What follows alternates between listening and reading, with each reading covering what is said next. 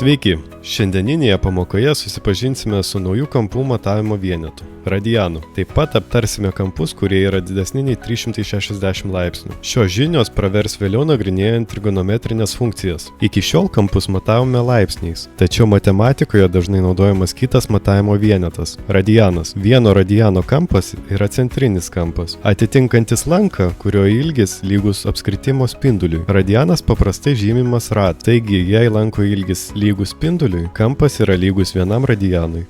Prisiminkime, kad pilnas apsisukimas yra 360 laipsnių, o tai atitinka viso apskritimo ilgį. Pusapskritimo ilgis lygus πr, kur r yra spindulys. Taigi 180 laipsnių atitinka pi radianų. Iš čia galime išvesti, kad vienas laipsnis yra pi padalinta iš 180 radianų, o vienas radianas yra lygus 180 padalinta iš pi laipsnių. Tarkime, turime kampą lygų 45 laipsniam. Kaip jį išreikšti radianais? 45 laipsnius padauginę iš pi padalinta iš 180 gauname pi padalinta iš 4 radianų. Panagrinėkime dar vieną pavyzdį. Kokį kampą galėtų sudaryti pi padalinta iš 3 radianų? Pi padalinta iš 3 padauginę iš 180 padalinta iš pi gauname 60 laipsnių. Iki šiol nagrinėjome kampus nuo 0 iki 360 laipsnių. Tačiau galime suktis ir daugiau. Tokie kampai vadinami posūkio kampais. Posūkio kampas gali būti teigiamas, tai yra sukimasis prieš laikrodžio rodyklę, arba neigiamas, sukimasis pagal laikrodžio rodyklę.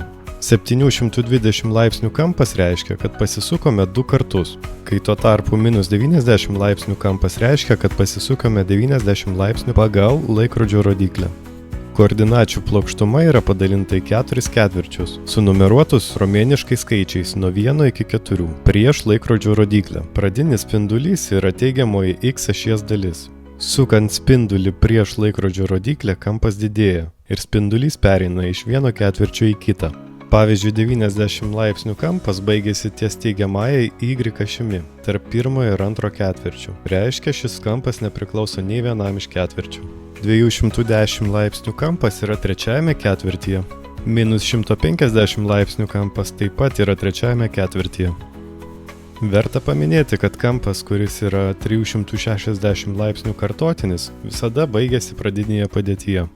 Šiandien susipažinome su radianu, išmokome jį sieti su laipsniais ir aptarėme posūkio kampus. Šios žinios bus labai svarbios tolimesnėse pamokose, tad nepamirškite jų įtvirtinti atlikdami praktinės užduotis. Iki pasimatymo!